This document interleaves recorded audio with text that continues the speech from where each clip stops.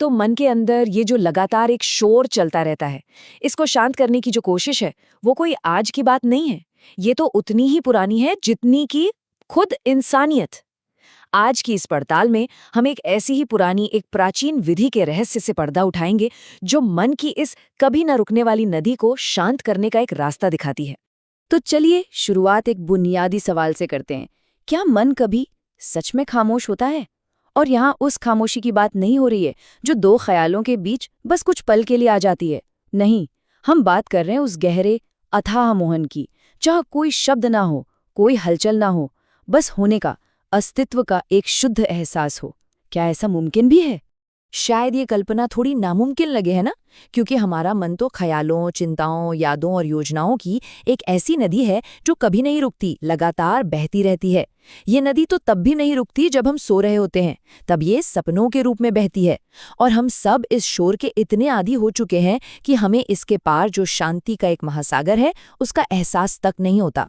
हजारों साल पहले भारत के ऋषियों ने भी इसी समस्या का सामना किया था। उन्होंने इसे सिर्फ एक परेशानी की तरह नहीं देखा, बल्कि उन्होंने इसे मानव चेतना की सबसे बड़ी चुनौती माना। और कमाल की बात यह है कि इसका एक वैज्ञानिक निदान भी दिया। ये जो सूत्र इस स्लाइड पर दिख रहा है, ये महर्षि पतंजलि का दिया हुआ है। और ये सिर्फ एक वाक्य नहीं है, बल्कि ये पूरी की पूरी आध्यात्मिक यात्रा का सार है, उसका निचोड़ है। उन्होंने कहा कि योग मतलब उस परम चेतना से जुड़ना तभी मुमकिन है जब मन की वृत्तियों का, यानी उसके अंदर उठने वाली लहरों का निरोध हो जाए। तो इसका असल में मतलब क्या है? पतंजलि ने इसे बड़ी वैज्ञानिक सटीकता से समझाया। देखिए, चित्त है मन का वो पर्दा, वो स्क्रीन जिस पर सब कुछ चलता है। वृत्ति है उस पर्दे पर चलने वाले विचार, ख्याल, मान लीजिए आसमान में बादल या समुद्र में लहरें। और सबसे जरूरी शब्द है निरोध, जिसका मतलब विचारों को जबरदस्ती दबाना नहीं, बल्कि उस जड़ को, उस स्रोत को जान लेना है जहां से ये लहरें उठती हैं, और बस वहीं शांत हो जाना है। एक दिलचस्प बात यह है कि इसी मंजिल तक पहुंचने का एक और रास्ता भी बताया गया है। जहां पतंजलि निरोध यानी स्रोत पर ही विलय की बात करते हैं, वहीं उपनिषदों के ऋषि साक्षी भाव की बात करते हैं। इसका मतलब है ख्यालों से अपनी पहचान हटाकर सिर्फ उन्हें देखने वाला बन जाना, बिल्कुल वैसे ही जैसे कोई नदी के किनारे बैठकर बहते हुए पत्तों को देख रहा हो। लक्ष्य दोनों का एक ही है, विचारों के इस खेल से आजाद हो जाना। लेकिन सवाल यह है कि मन इतना बेचैन, इतना अशांत रहता ही क्यों है? इस प्राचीन विधि को समझने से पहले ये समझना बहुत जरूरी है कि आखिर मन काम कैसे करता है। देखिए, मन हमारा कोई दुश्मन नहीं है।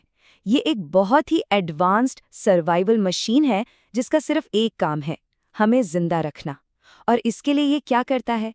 ये लगातार अतीत से सीखता है और भविष्य के लिए प्लानिंग करता है।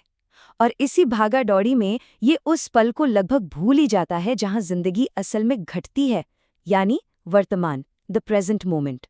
और वर्तमान में सोचने के लिए कुछ होता नहीं है, और बिना सोचे मन को लगता है जैसे उसका वजूद ही खतरे में है। यहाँ एक बहुत गहरा रहस्य छुपा है। असल में ख्याल या विचार जो होते हैं, वो अपने आप में शक्तिहीन होते हैं, बिल्कुल आसमान में तैरते बादलों की तरह। तो फिर सवाल ये है कि वो हमारी शांति कैसे छीन लेते हैं? जवाब सिर्फ एक शब्द में है, तादात्म्य, यानी आइडेंटिफिकेशन, उनसे खुद को जोड़ लेना। ये स्लाइड इसे बहुत खूबसूरती से दिखाती है। मान लीजिए एक विचार उठा, मैं शायद काफी नहीं हूं। ये बस एक शक्तिहीन बादल है, इससे ज्यादा कुछ नहीं। लेकिन जिस पल इस पर यकीन कर लिया जाता है, इसमें अपनी चेतना की, अपनी ऊर्जा भर दी जाती है, बस वही शक्तिहीन विचार एक ताकतवर इमोशनल तूफान में बदल जाता है। उस विचार से खुद को जोड़ लेना ही तादात्म्य है। पुराने जमाने के ऋषियों ने मन को एक महासागर की तरह देखा। इसकी जो ऊपरी सतह है, यानी सतही मन, वो बाहरी दुनिया की हवाओं से हमेशा अशांत रहती है। सारा शोर, सारा कोलाहल बस यहीं पर है। लेकिन इस सतह के नीचे गहराइयों में अनंत शांति है। तूफान कितना भी भयानक क्यों न हो, समंदर की गहराइयां हमेशा शांत रहती हैं, उन पर कोई असर नहीं होता। तो मन को शांत करने का मतलब लहरों से लड़ना नहीं, बल्कि सीधे उस गहरी शांति में गोता लगा जाना है। तो अब सवाल ये है कि सतह के इस शोर को पार करके उस गहरी शांति तक पहुंचा कैसे जाए। इसके लिए ऋषियों ने एक पुल खोज निकाला, एक ऐसा सेतु जो हमेशा हमारे साथ होता है, हमारी अपनी सांस। ये शायद उन प्राचीन दृष्टाओं की सबसे क्रांतिकारी खोज थी। उन्होंने ये पाया कि मन और प्राण यानी जीवन ऊर्जा जो हमारी सांस के रूप में जाहिर होती है, ये दोनों अविभाज्य हैं, एक ही सिक्के के दो पहलू। जब भी मन बेचैन होता है, सांसें तेज हो जाती हैं, और जब मन शांत होता है तो सांसें भी खुद ब खुद धीमी और गहरी हो जाती हैं। इसके पीछे एक बहुत सीधा साधा विज्ञान है। मन जो है वो अमूर्त है, उसे सीधे सीधे पकड़ना लगभग नामुमकिन है।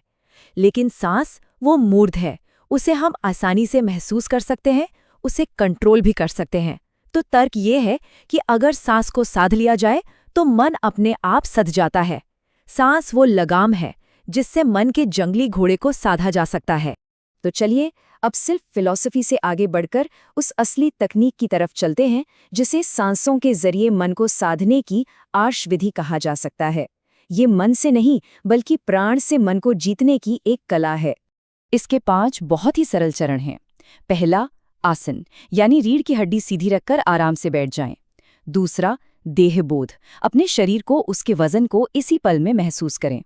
तीसरा, श्वास प्रेक्षा, जो सांस अंदर आ रही है, बाहर जा रही है, उसे बस देखें, बदलने की कोशिश ना करें।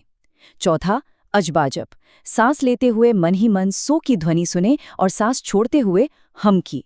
और पांचवा, प्रत्याहार, जब भी मन भटके, जो कि भटकेगा ही, तो बिना किसी झुंझुलाहट के बड़े प्यार से उसे वापस सांस पर ले आएं। अब ये सो हम सिर्फ 2 ध्वनियां नहीं है, इनका बहुत गहरा मतलब है। सो का अर्थ है वह, यानी वो परम चेतना, अ सुप्रीम कॉन्शियसनेस, और हम का अर्थ है मैं, यानी हमारा अहंकार, ईगो। तो हर आती हुई सांस के साथ जैसे पूरी कायनात को अपने अंदर लेना, और हर जाती हुई सांस के साथ अपने छोटे से मैं को, अपने अहंकार को विलीन कर देना। ये अपने आप में एक गहरा आध्यात्मिक विज्ञान है। तो ये यात्रा मन के शोर भरे बाजार से शुरू हुई थी और अब ये उस मौन महासागर के किनारे तक आ पहुंची है जो हमेशा से हमारे अंदर ही मौजूद था, बस हमें पता नहीं था। इस पूरी बातचीत का, पूरी पड़ताल का जो निचोड़ है वो इस एक वाक्य में है। व्यक्ति मन नहीं है, व्यक्ति मन का दृष्टा है, मन को देखने वाला है। ये छोटी सी समझ जब सिर्फ एक विचार ना रहकर एक अनुभव बन जाती है तो पूरी जिंदगी बदल जाती है। विचारों का खेल खत्म हो जाता है। तो क्यों ना एक छोटा सा प्रयोग करके देखा जाए? एक छोटा सा चैलेंज, बस अगले 7 दिनों के लिए अपने 24 घंटों में से सिर्फ 10 मिनट निकाल के इस सोहम विधि को आजमाएं और फिर खुद महसूस करें कि ख्यालों, एहसासों और अपनी पूरी ऊर्जा पर इसका क्या असर पड़ता है। और अंत में ये एक विचार हमेशा साथ रखने जैसा है। हमारे भीतर की जो शांति है वो किसी बाहरी हालात पर निर्भर नहीं करती। वो कोई ऐसी चीज नहीं है जिसे कमाना है। वो तो हमारा स्वभाव है, हमारा असली घर है। और सांस ही वो पवित्र धागा है जिसे पकड़कर किसी भी पल अपने उस घर लौटा जा सकता है।